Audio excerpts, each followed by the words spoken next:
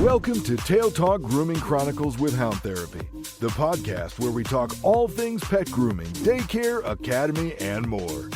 Hosted by Shannon and Tanya of Hound Therapy, serving pet owners across North Texas.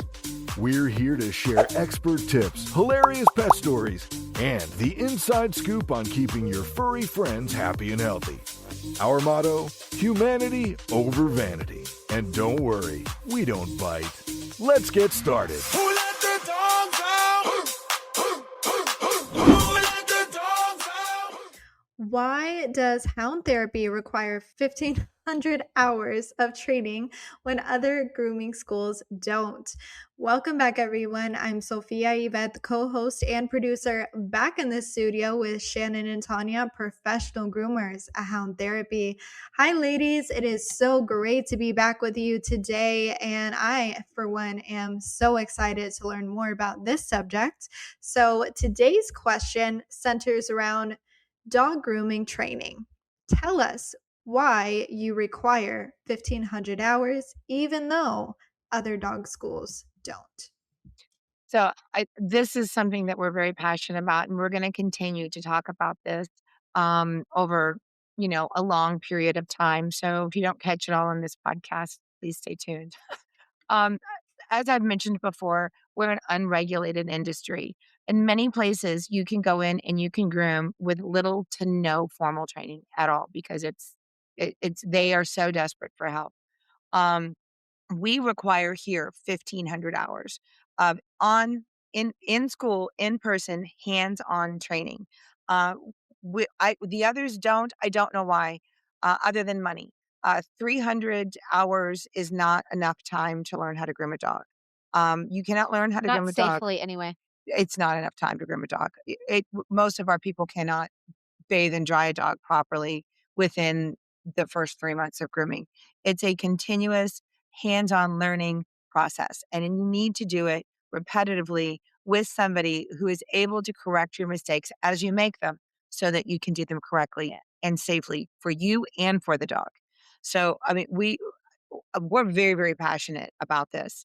I'm also a licensed barber. I've mentioned that before. The state of Texas requires you to have 1,500 hours to hold a license to cut hair in the state of Texas. The state of California, I believe, is the same. There's many, many states. They may have a few less hours, but they all require you to be tested, all require you to go to school, and they all require you to learn from somebody who's doing that profession, except for dog grooming. There's a lot of reasons that I feel that, we have that lack in our industry, but they're just feelings. I don't know. Case in point is that we just don't. You do not have to have it. So why would you do it? Well, we do it, and I'm passionate about what I do. I love what I do. I love helping other people. I love grooming, and I want there to be a standard. I want other people that I can compete with, not prize versus prize, but to keep me better on my game. If I was a basketball player, I would want to play basketball or compete against the basketball team that is the best so that I could learn from them, and that's what I want. I want other people who are doing and as passionate this particular field as I am so that we can have a nice, healthy competition, but still produce a much well-needed void in our community with dogs that we have right now. And education alone. Yeah. Um, It's quality over speed. It's safety over volume.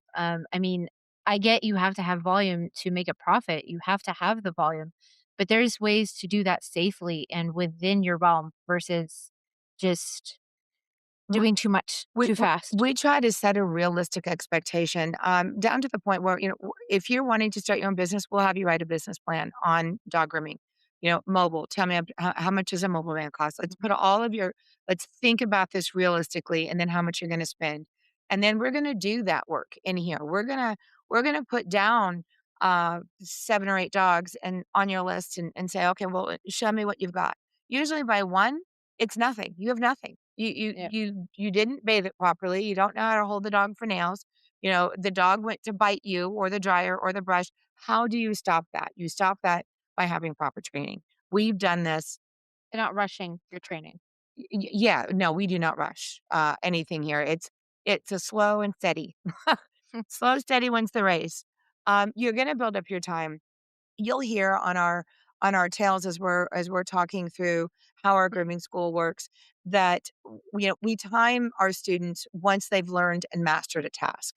First, we have to learn the task. Once the task is learned, how do we do the task efficiently every single time? And then we're going to add more tasks. After those tasks are done, how do we combine them efficiently?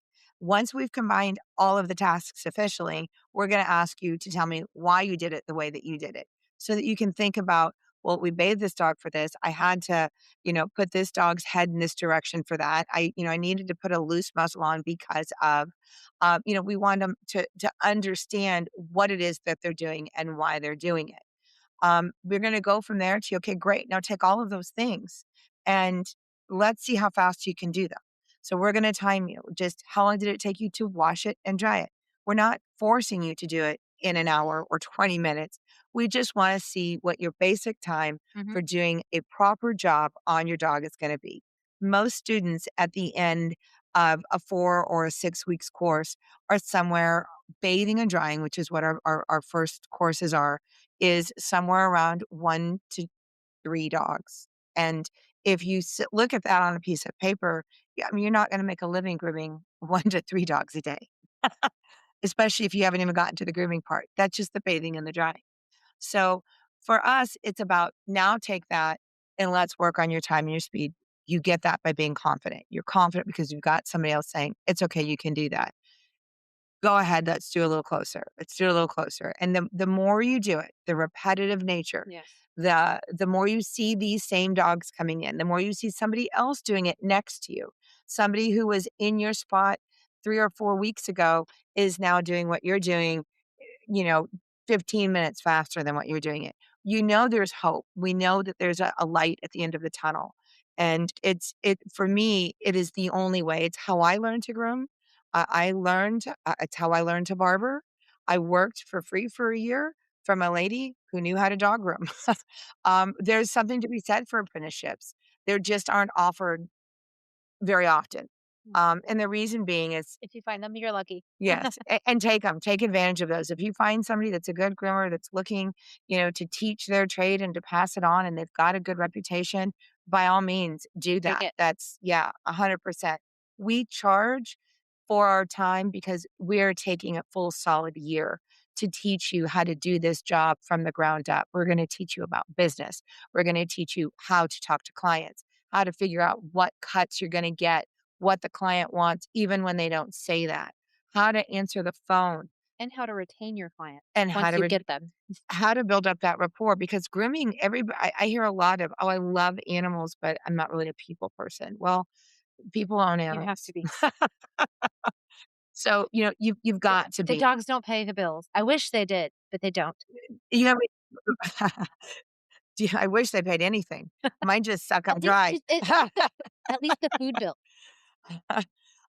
So we have a curriculum that's designed and it's it's a curriculum. It is not hard and fast.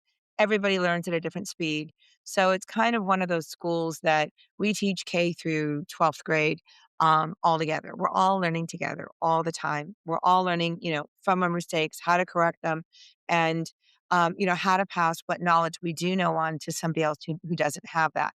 Because we have to do that in the real world. We have to do that with our clients, and you have to be able to talk to people.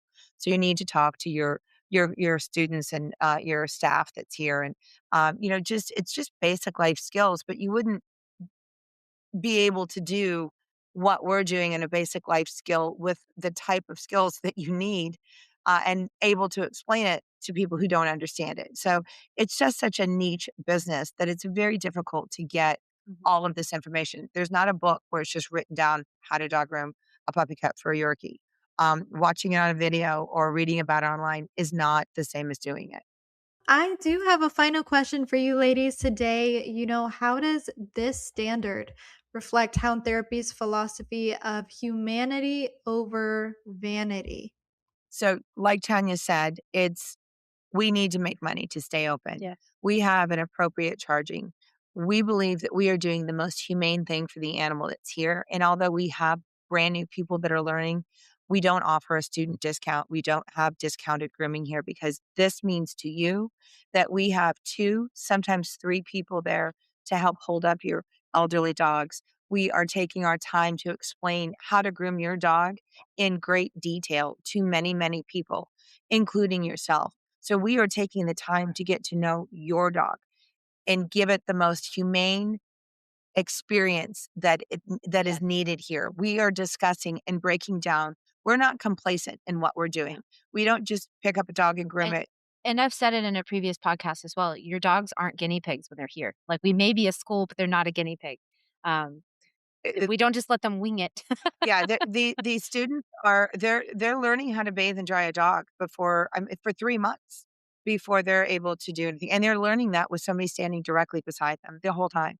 They're not, left alone. So this is, for us, it is we are taking the most care that we can possibly take. And not only are we doing that, but we're not complacent with where we are for every dog. Oh, we know Digley. Oh, we know Sam, or we know, how this dog acts.